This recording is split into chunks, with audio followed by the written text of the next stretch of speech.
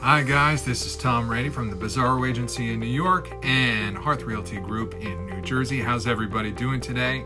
We are going to jump into a couple of different topics. The first one I want to start off with is a favorite of New York City, condo versus co-op. What are these two types of apartments? What do they mean? So we're going to start off with a condo. The first thing to know is that with a condo, you are buying real properties. You actually own the square footage of the apartment that you're purchasing, which will also allow you to ask the fair and reasonable question, how much square feet is this apartment, or how many square feet is this apartment? With a co-op, you're buying shares in a corporation, and that corporation provides you with a proprietary lease to occupy the unit that you're buying. Which sounds weird, and I usually explain it to, it's like buying shares on Wall Street. You know, you're purchasing into a company, and that company provides you with an apartment that's associated with those shares. So you get to live in your shares, kind of. But at the end of the day, there's lots of pluses and minuses to them. One is closing costs. Now, closing costs on a condo are higher. I generally say 3 to 6% of purchase price, depending on what deal you work out with your bank, though those numbers obviously can change. So discuss with your lender and your real estate agent when you're getting into these transactions. With a co-op, your closing costs are pretty much limited to $4,000 to $5,000 regardless of purchase price. And this is great because at the end of the day, you're buying a piece of paper. So there's a lot of extraneous fees that cannot be charged for that. There's no title for a co-op because you're buying shares instead of with the real property that I mentioned before. Financing. Generally in New York City, in a condo, you can purchase with 10% down. I always say every building is its own castle, so please don't take this as black and white.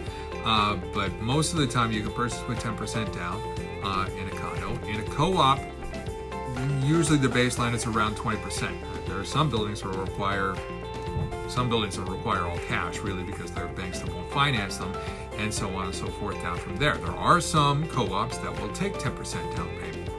Depending on the neighborhood you're in and the inventory that's available, there may be options like that for you. One interesting type of property would be something like a sponsor unit, which I will probably discuss in another video. Estimated closing time for a condo, it's 1 to 3 months after contract signing. That depends on how long it's going to take your bank to secure your commitment letter and how long the managing agents and the board are going to issue the waiver. I'll talk about the waiver in just a moment. Closing time for a co-op, we generally say 3 to 4 months. All these things get extended because you add in that extra all special board interview. Renovations are generally allowed in both buildings with licensed and insured contractors and approval by the management and the board. So that's no different between the two. Monthly charges. This is something that comes up all the time. In a condo, you pay common charges, which goes towards building maintenance, usually heat and hot water, staff, and a lot of other things, building costs. And you pay your real estate taxes directly, or usually if you have a mortgage, it's wrapped up with your loan, your monthly payment there. With a co-op, your real estate taxes are included in your maintenance, so you get one single charge. And this comes up all the time, especially in neighborhoods where there are things like condops and other things, which I can happy to discuss with you in the future. Maintenance includes your real estate taxes because the building pays the real estate taxes directly to the city.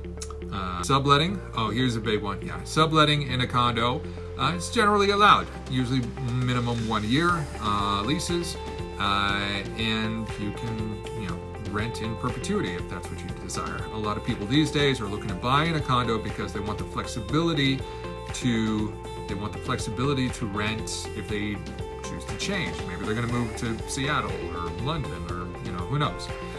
But they don't want to sell the property, or they're not prospectively looking at selling that property 3 to 5 to 10 years from now, whenever they move out. The big difference between a condo and a co-op is approval. Now this is huge. People oftentimes really prefer the condos over the co-ops because of the approval process. Generally, you submit your application, they run your credit, They maybe ask a few questions, and then the board issues what's called the waiver of the right of first refusal. And what this means is that the building is waiving their right to purchase the unit at the contract price. I generally say there's not any real reason why the building would purchase the unit at a market rate price.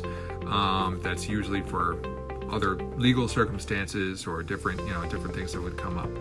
But in a co-op, the board has what we call full right of refusal, meaning they can turn you down for any reason and no reason at all, and they don't have to tell you why. And there's all sorts of issues that can come up. In New York City, unfortunately, co-ops are 70 to 80% of the inventory, so it's an unavoidable beast that we all have to deal with. That's why it's really important to have an educated and experienced team guiding you down this path before you even go see your first apartment, really. Running the numbers, understanding the red flags that a board is going to look at, a co-op board specifically, in order to avoid problems getting approved and wasting lots of time and money, which none of us want to do. Anyway, thanks guys for checking out this video. We're going to do a ton more. This whole page is going to be dedicated to education for our buyers and sellers, and look forward to talking to you soon. Bye-bye.